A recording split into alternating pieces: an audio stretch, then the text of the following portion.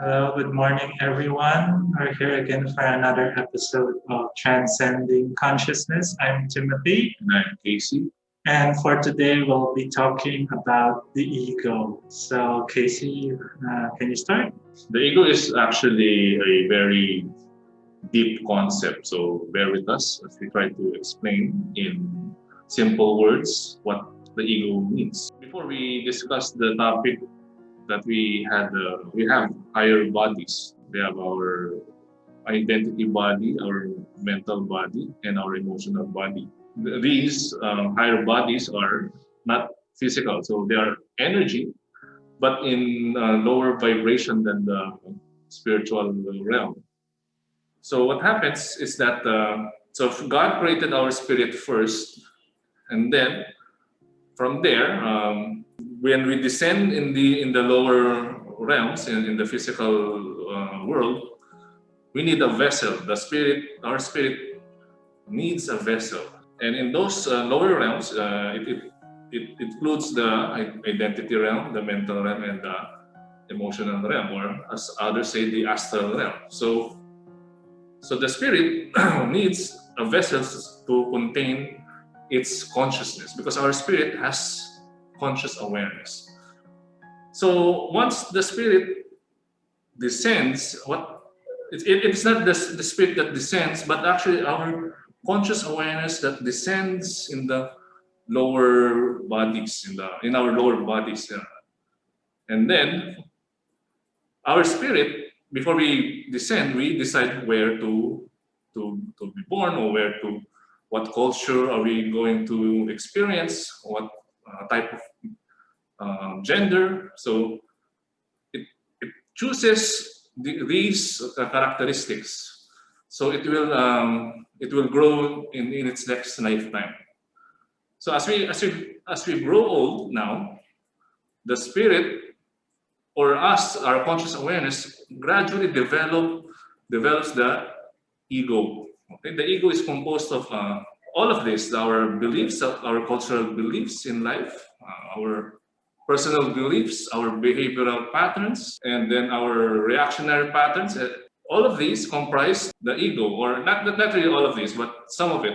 So, as what Casey was saying, it was the conscious spirit who descend, and that descend, in order to take embodiment in the material world, we need to have a vessel, and that vessel is called the four lower bodies, which are the physical, emotional, mental, and identity bodies. So you need this vessel in order to live here in this world, because we are pure spirit, and therefore we need a conduit for us to interact in this world of form. So with this, when you take embodiment, you form this ego, and through many embodiments, you form different selves.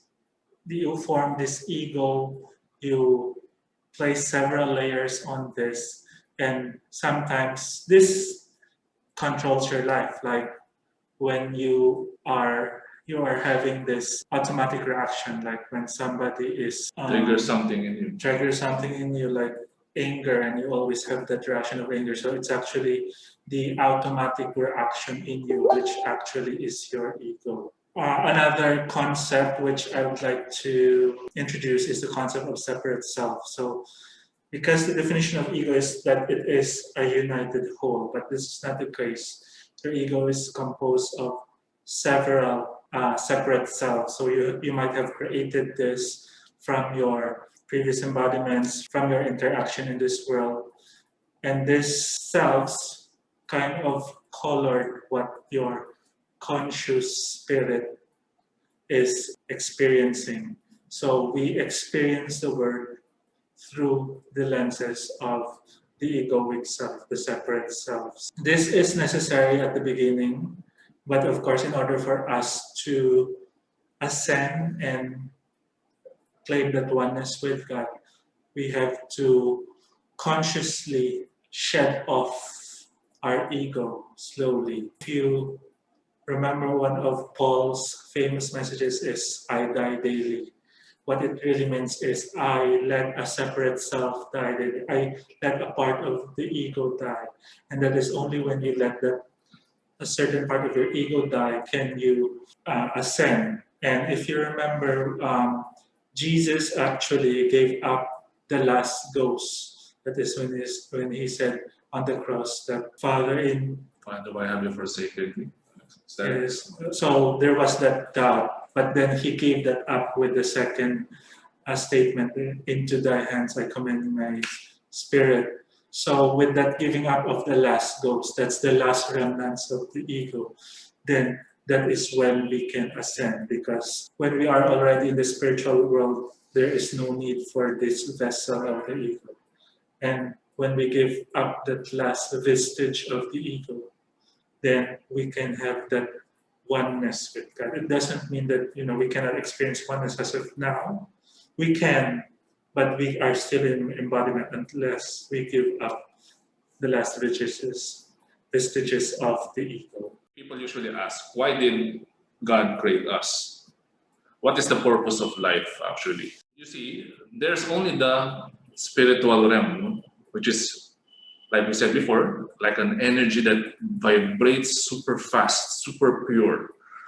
Okay, so that is the reality. And then, since God created our spirit has self-awareness.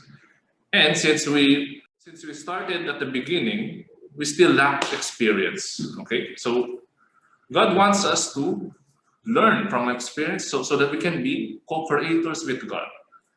And in doing so, God created the lower realms, and these lower realms are just temporary realms for us to practice our free will choices, so that we can learn from our experiences, so we can gradually evolve in consciousness until we reach a high level of spiritual maturity. Because in the spiritual realm, everything happens super fast. Okay, the instant you think of a negative thing, it will happen instantly.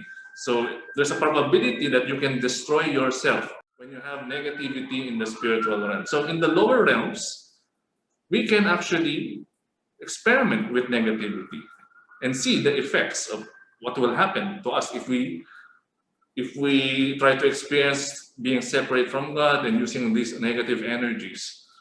So in fact, our lower bodies, our physical body, our identity, mental and emotional bodies, which comprises the soul vehicle, these are only temporary vessels. So we are like playing a role-playing game, a computer game, where our consciousness goes inside the character we have created. Okay, the problem is we have forgotten who we are. We think we are that character, the ego that we made, that we created, playing inside the temporary game. So all of us think right now that we are in this game, that we are the physical body. We are the character we have created. It's like the actors, they have forgotten who they are, and they think they are the characters they are playing on the stage or in the movies. So that's the problem. We have forgotten who we are. So in order for us to go back to the spiritual realm, to ascend, we must let go of our decision of playing this game. So we must slowly but surely let go of the vestiges of our ego. So actually the first step in identifying the ego is for you to not be identified with your physical body. So it is, I have a body, but I am not the body. Because if you say that this body is Timothy, then I am identified with my physical body, then the physical body defines me. So this is how I look, this is how I speak, these are my thoughts. So if you think that you are a spiritual being having a material experience, and that you have a body, but you are not the body, then you disconnect already with identifying with a certain part of your ego that is located in the physical realm, which is your physical body. And then the next step, once you've identified yourself with the physical body, is to look at your emotions. Who is this feeling happy? Who is this feeling sad? Who is this feeling angry? Now, the problem sometimes is the conscious you, the conscious spirit, identifies or experience these emotions, especially negative emotions, through the filter of the ego. So once you've identified that you are actually not the one feeling angry, you perceive that you are not the one feeling sad, then you can identify yourself now with a certain aspect of your emotional body. So it is not to say that the spirit does not have any emotion like your conscious being. It's said that your conscious being does not have any dualistic emotions. When I say dualistic, it's always in opposites: happy, sad, angry, fearful. So, like when what the Buddha was telling about bliss, it's not actually extreme happiness. Bliss is more of a non-dualistic emotion that's very hard to describe. So it's like a non-dual experience, which we have discussed. So once you've identified that you are not these emotions running around or rising on your body once, or a certain, if you get mad, these emotions that rise up, this is not you. It is actually a separate self resurfacing from your being, activated by that external circumstance. And once you realize that you are actually not this, then you can disidentify yourself with the emotional aspect of your ego. And then you go higher, you go to the mental realm. So remember, sometimes you have all this noise in your head speaking, maybe saying that, no, you are a failure, you are this, you are that. So again, you've disidentified yourself with your physical, with your mental. Now it's time to go to your mental. So who is actually running these thoughts? Is it I who is thinking these thoughts? So if you're identified with your physical body, yes, you will say that it is me, and that sometimes you're gonna feel that you're getting crazy.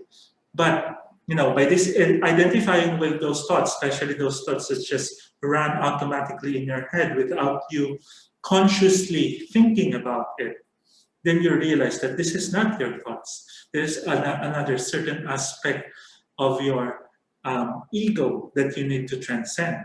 And then we go to your identity body. So the identity body, it's actually a very subtle body because it's more of your sense of self. So if you feel that you are this human being, you are limited, then it will define you. But again, you are actually not this. It's actually the ego trying to define what you are, trying to preserve its life. So if you see this, then you can let it go. Because the ego is actually created by you. As the conscious being, the ego actually does not have awareness and consciousness. It gets that awareness and consciousness when you give it your energy, you as a spiritual being. The ego, like a construct, will hold on to its life. So once you see it and you feel you want to let it go, it will cling on to its life. So that's why sometimes you feel that you cannot give up the ego, because when you give up the ego, you will die. But actually, it's not you will die. The ego will die and you will be reinvented to a new sense of self. I would like to add another idea. So there are actually two observers, I mean, not really observers, but two aspects of ourselves, the me and the I. So I've heard that before. There's the me. The me is like the ego, the ego separate self, feeling separate from life, from God, from each other. So this ego, like we said before, is temporary, and it's afraid of dying because it feels that it will lose its existence. And then at the back of our emotions, our thoughts, our beliefs, there is this the silent observer, just observing what's happening around us, what we are experiencing at the moment. So that's what they call the great I am presence, or our I am spirit, our I am presence, our individual spirit. It is just there at the background, just observing. So we just need to shift from this me, the ego me, to this greater self, the I, the observer in the background. And then you will see that you are part of all life, of God, with each other. And you will see that what you do, it affects everything. So everything is interconnected. So yeah, we should train ourselves to let go of the emotions, of our thoughts, slowly of our beliefs, and then experience just being the great observer of our life. So it's not that the ego is inherently evil. It's not that. It's more of like a program, a software program that you created. But since you created it, you can actually undo it. You can delete that program because you are the creator, the spirit that you are, and not the ego itself. Because remember, the only one that will ascend to heaven is the one that descends from heaven. And the one that descends is only your spirit, not your outer personality, not your four lower bodies, not the ego. So the ego is inherently not evil. That is a necessary component for your embodiment on earth. But it's only in dismantling the ego, dismantling all your automatic reactions, all your automatic thoughts, automatic emotions, will you be able to reconnect to the true being that you are, which is the I am that I am.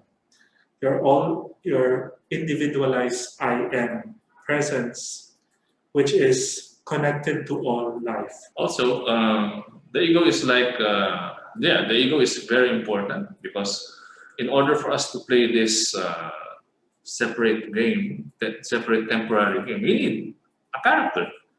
If you want to play a game, you need to create a certain character for that game.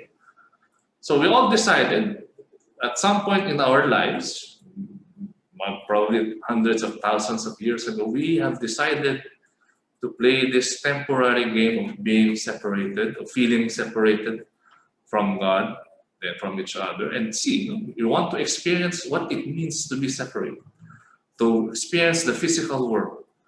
So yes, the ego is important, but what happens is that most people, they put a lot of useless beliefs, thoughts, emotions. They develop all sorts of negative behavioral patterns, which is very destructive for our spiritual growth. So yes, it's very important for us to simplify the ego so that we can navigate the physical realm without being tossed around, without being reacted, without being what do you call this? Tossed by the waves of this world. Sometimes when we see events, we get emotionally disturbed. So we need a good ego so that we will not react negatively. We are living in this world, but not of it, like what the Buddha said. I live in the world, but I am not of the world. Yes. So you are here. You have a simple ego, but you are not reacting to all of those things. So it's actually your ego who does all those automatic reactions, and that's why when many of life coaches will say, control your emotions, control your actions. It's actually taking control over the ego, letting that ego that has that automatic reaction die, so that you can consciously choose what you want to do without getting into all this spiral that's automatic actually, because you have been you programmed this by creating a specific egoic self, a separate self. The ego is also known as the dweller in the threshold, meaning instead of the spirit commanding our vessel, our soul, now the ego took that control from our spirit. So now the ego decides what it wants. For example, riches. It wants to, to collect a lot of things, to hold on to things, to hold on to the past hurts, emotions. So yeah, that's why the ego is called the dweller in the threshold, or others they call it our inner dragons that we need to slay, because it deviates our life mission in this world. Maybe I'll just add this. So in Earth, there are 144 levels of consciousness, which is allowed in embodiment. So for each of this level, there is actually an illusion that you need to undergo, which means there's actually a separate self, a part of the ego that you died. So there's actually a dweller of the threshold for each of these levels. And the only way to rise higher in your path is to give up the egoic self, the separate self that is related to that level. So Jesus actually demonstrated how to give up the ego in his ministry, how he was able to give up the last vestiges of the ego in order for him to ascend. And remember what he said, that what he has done, all of us can do, and even greater things that he did. So we can also give up that last ghost and reunite with God and with Jesus. So yeah, in the past they call the ego the last ghost. So because why ghost? Because a ghost is something that is not physical, it is not real, so we can easily give it up. So I think that's it for the ego. So it's a very complex topic. We might revisit it again in our future videos. So comment down below and tell us what you feel your ego is, or have you identified your ego or give it up. See you again for our next video.